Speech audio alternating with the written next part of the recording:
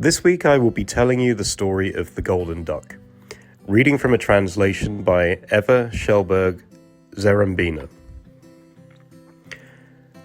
Once upon a time, there was an old, handsome warrior, so spirited that he would have taken the devil himself by the horns had he stood in his way. In a sack of shiny black leather, guarded by 3 flames, he carried a bronze grenade, as well as lead bullets, and a silver one cast of holy grain, a sure thing against witches. Yet his eye was sure as still, trained from a tender age to never miss, quick to mix into a bloody skirmish, he squirmed like a pike in the water, and always came out in one piece. He enjoyed a reputation as the finest warrior of the Czwartaks, and rightly so. A talented card player, he ruled the gambling table. He was never short of drinking companions. At every inn he could find a man willing to drain a bottle with him. The sly dog was always pitching tent in another maiden's heart, yet he would not stay long in one place. So he lived a mean life from day to day, caring for nothing and no one, and all the less for his own soul. Yet, at a moment known only to himself, fate comes calling on every person. Then all the remaining days of their life hang in the balance for a moment. Like with the roll of a die, what number will come up? Will they lose and drop out, or come out with a winner? Give fate a moment to take hold, and then everything in human intentions will follow its course. And so one evening the warrior, clattering his saber, dressed in a white strap and red tassels, was walking through the square past the perches, when some familiar voices beckoned him inside. Not giving it a second thought, he pushed open the door, went into the inn, and was struck with a dense cloud of pipe smoke. The smell of hot wine, mead, and beer, so dear to every soldier, tickled his throat. Lads sitting round a table greeted the newcomer by raising their right arms, gripping full glasses.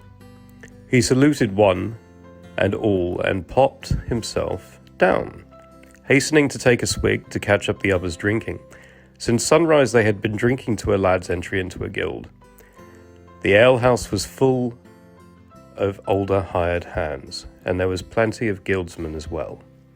Their tongues began tripping, one and then another burst into song, told riddles or began telling tales. And among the legends and stories was one that had travelled all the guild workshops and given the young people no peace of mind. Now someone mentioned it, the warrior heard the tale and guffawed. A princess turned into a golden duck is waiting to have the spell broken in the underground chambers hidden beneath the ruined Ostritsky Palace. Well, she'll be waiting a long time if the carpenter or blacksmith boys are meant to break the spell.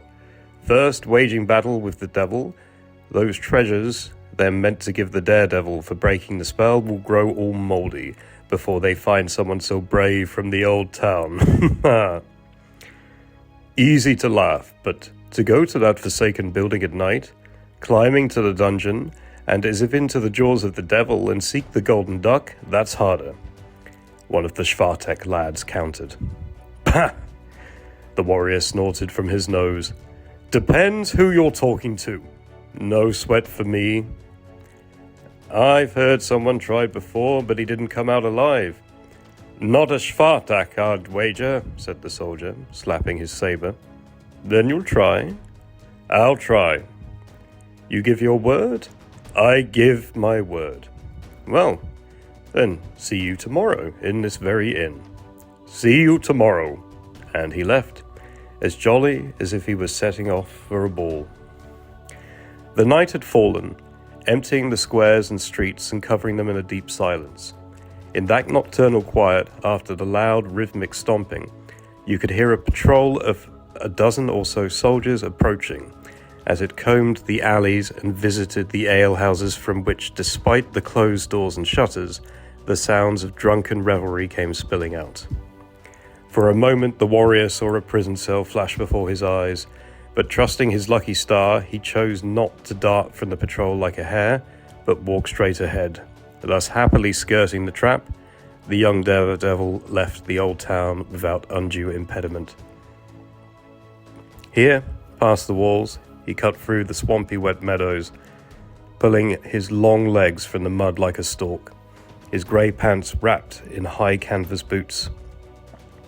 He was walking towards a place known long ago as God's Gift, and after Prince Bolesław Mazowiecki had placed it at the disposal of the Ostritsky princes, it was simply known as Ordonatsky Estate.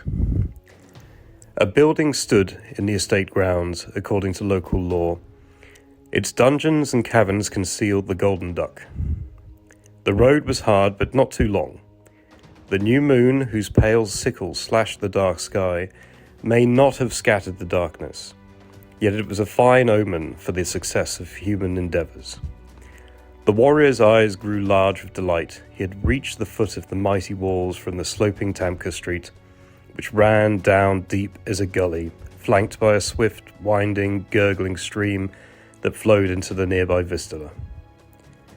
Soared a giant wall, raising the palace to the heights of the nearby hill.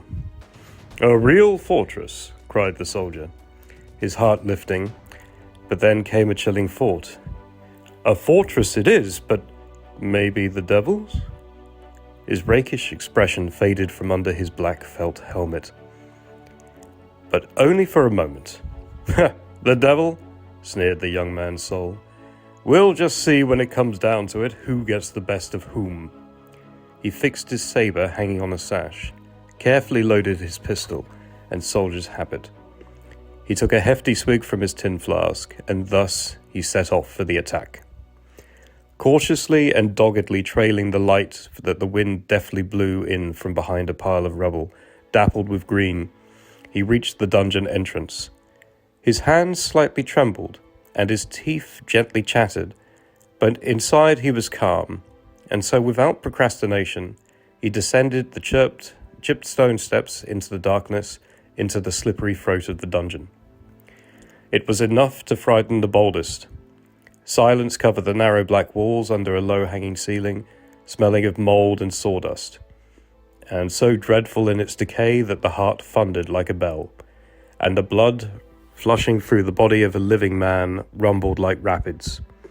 Every step gave an echo to betray the living in the silence of the dead. It seemed that some condemned man might just be out of sight in every crevice, in every brick cavern. The worst thing was that it was impossible to know what it would do. Show its hideous shape and breathe fire from its jaws, twist a man's neck, or just wail like a screech owl? How long the warrior wandered, turning from corridor to corridor, from cellar to cellar, no one could tell, neither then nor later. All he could sense was that in the hellish, dark, and infernal interiors he became altogether lost, and by his own strength could not return to the realm of God. Yet there was so much fire in him, such a desire to gamble and wager on himself, and not once did he consider abandoning this dark place. On the contrary, though he could have given up the ghost with the fatigue and what from wandering, he would still have sought that golden duck. And so he was 100 times relieved when he first sensed and then spotted the fiends and creatures up ahead. "Ah," he thought, "clearly I am nearing the goal." He did give a shudder, for these wretched things would have been worse than the devil himself for any man. Toads covered in wart, writhing hairy caterpillars, spiders with slender, scuttling legs. Neither a swipe of the sabre nor a shot from a pistol could touch them. And God forbid that one of them should creep under the collar or into the shirt. Horrors! Narrowing his eyes, bound and determined, the warrior clambered through the revolting creatures, stepping and squishing as he went. They gave way, and now a devilish creature awaited him, neither a stinking goat nor a great-eared winged owl, like none of God's creatures. With those he would have made do, having grappled hundreds by the horns, by the flanks, by the rumps, until one and all fled with a squeal and a croak like a swine. Yet now a marvellous sight met our intrepid warrior, a whole grotto strangely vaulted in crystals, and in the grotto a lake clear as a diamond. And on that lake swam the golden duck, the very one at last. It was she who gave that bizarre glow which blinded him at once, for on her shapely neck was a pearl necklace of peculiar beauty, and each of her feathers was encrusted with gems. Diamond rings sparkled on her legs, which she gracefully paddled in the water. He stared with great astonishment at how she gracefully tilted her head to one side, and puffing out her smooth and protruding breast, delicately dappled with water, she spoke in a caressing voice. "Welcome, valiant knight." And then, despite her bird-like form, she shed tears, asking him to break the spell cast upon her, for the bold fellow who did so would be richly rewarded. His task was to take 100 ducats and squander every last penny of it, but not spend a cent on anything good. Not much of a task for a warrior, and so, as the golden duck told him, he pulled out the 9th brick at the entrance to the cursed cavern, reached into the hole, grabbed a pouch full of clinking gold coins, and slipped it into his pocket. The golden duck now quacked, something bashful, and to one side, gazing with sheer adoration at the soldier's powerful frame, handsomely wrapped in his navy blue uniform with gold trim, his silver-plated helmet with an eagle pulled down over his bright brow. But the maiden's sighs did not surprise our intrepid hero. Spellbound or not, she's a lass like any other. And so he hastened to leave the dungeon, to impress his fellows from the inn, and to drink up 100 ducats before midnight. Surely it's dawning by now in the town. Paying no heed to the vile creatures creeping about his feet, he found it strangely simple to walk his way back to God's good world. The church bells were just ringing from the morning mass, but it seemed to him that it was glasses tinkling and cards falling. He moved as fast as he could, and not an hour had passed when the warrior entered the alehouse with 100 ducats in his pocket. Before the day was over, he had quite finished his task. With a light heart and an empty pouch, he left his merry companions. And at that very moment, they seemed to shake off the darkness in which a bad spirit had clothed them. Their eyes wide with fear, they looked at the brave warrior. "Don't go back there, give it all up. It's clear the devil's tempting you." And they blocked the door. "Stay," they called, pulling at his navy jacket with honest compassion. He only burst out laughing. "I gave my soldier's word that I'd go alone to the dungeons and find the golden duck, and I did. I promised the golden duck that I'd break her spell, and I'll do that too. I squandered my 100 ducats like the devil wanted, and now it's time to claim my reward." And off he went. But he had a single cent in his torn pocket which he had utterly forgotten.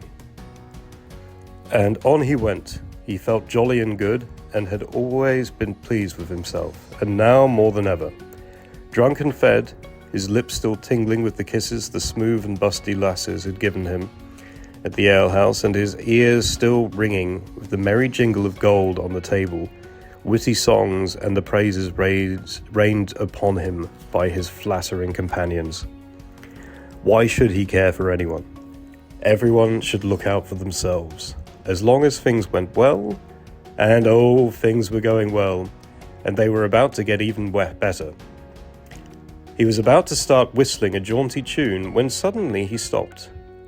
Just before him he saw what may have been a man, but in what a state.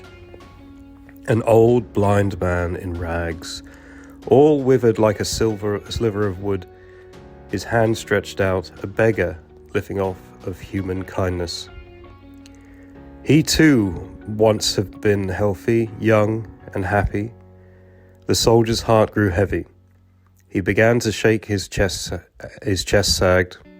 Still young, his plump lips ready to whistle a merry tune under his moustache.